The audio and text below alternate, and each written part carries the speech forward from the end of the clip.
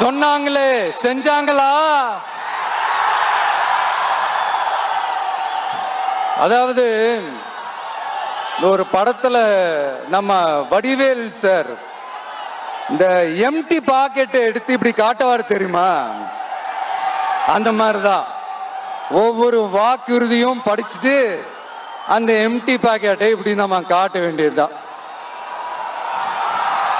இப்ப நம்ம அந்த நாமக்கல் மாவட்டத்துல வாக்குறுதிகளா அது செய்வோம் இது செய்வோம்னு நிறைய சொன்னாங்களே, அதுல ஒரு சின்ன லிஸ்ட் மட்டும் இப்ப நம்ம பார்ப்போம்.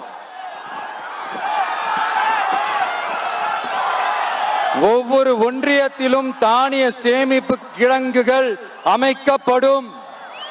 இவை உலர் களங்களுடன் கூடிய கொள்முதல் நிலையங்களுடன் இணைக்கப்படும்.